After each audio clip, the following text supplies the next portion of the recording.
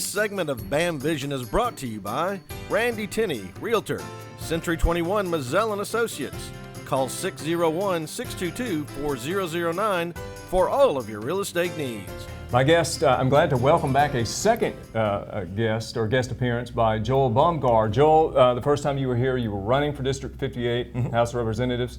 You won decisively. We did. It was a team effort. We can call it a mandate, I think. You knocked on 4,000 doors. Yes. Your own count. Yep. So congratulations. Thank you. I was impressed with the fact that you tackle issues head on. You are a true conservative. Given that, what is going to be the top priority for the new representative, Joel Bomgar, with District 58? Sure. I think one of the things as I've talked to people, there's been a lot of discussion about how do we get Mississippi out of last place? What is it going to take to look back 20 years from now and Mississippi's in the top 10 of states on per capita income or poverty or however you want to measure it. And I just don't think enough people are thinking that way. When I've even asked fellow legislators, a lot of them, they're thinking about, a nip, a tuck, a tweak, how do we just kind of make little, sand off the edges of what's rough about our laws. And I'd really like to dig into the big wedges of the budget. K through 12 public education, Medicaid, higher education, corrections. Those four wedges plus interest on the debt is more than 80% of the general fund budget.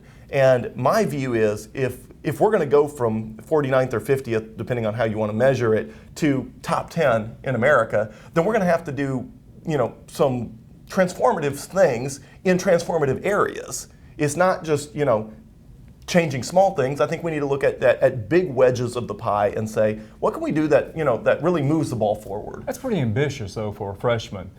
How do you think the veterans are going to react to this? And do you see your role as more of an educator?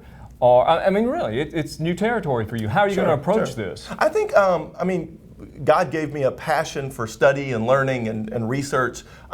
My goal is not to run a bunch of bills with my name on them. And there may not be a whole lot of bills ever with my name on them.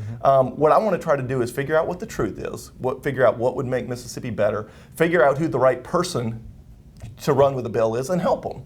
And I don't care who gets the credit, and I don't care if after the fact my name was never on a piece of legislation that was transformative in some way. But I'll work behind the scenes, I'll vote count, I'll educate, every breakfast, lunch, dinner, whatever it takes to help people understand where we are, where we can go, and how a given bill would get us there. But I think a lot of that could be better handled by people with a lot more seniority. And I'm in learning mode. I've got a ton to learn, and I want to be mentored by those that are already there. What are your top three priorities? And then conversely, what did you hear when you were knocking on those 4,000 doors? Sure. So I think in Madison County, people love great schools, safe neighborhoods, strong traditional values, and jobs and economic growth. And my background in entrepreneurship has been all about jobs and economic growth.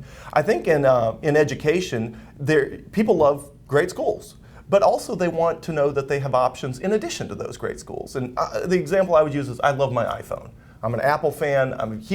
I can't imagine ever using anything but an iPhone.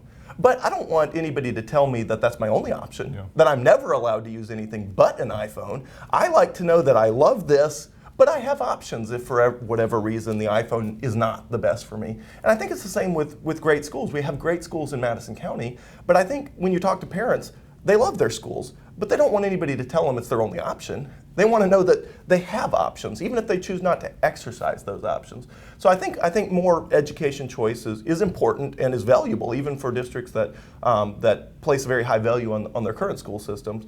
And then I think you go through the line and on each public policy area and approach it that way.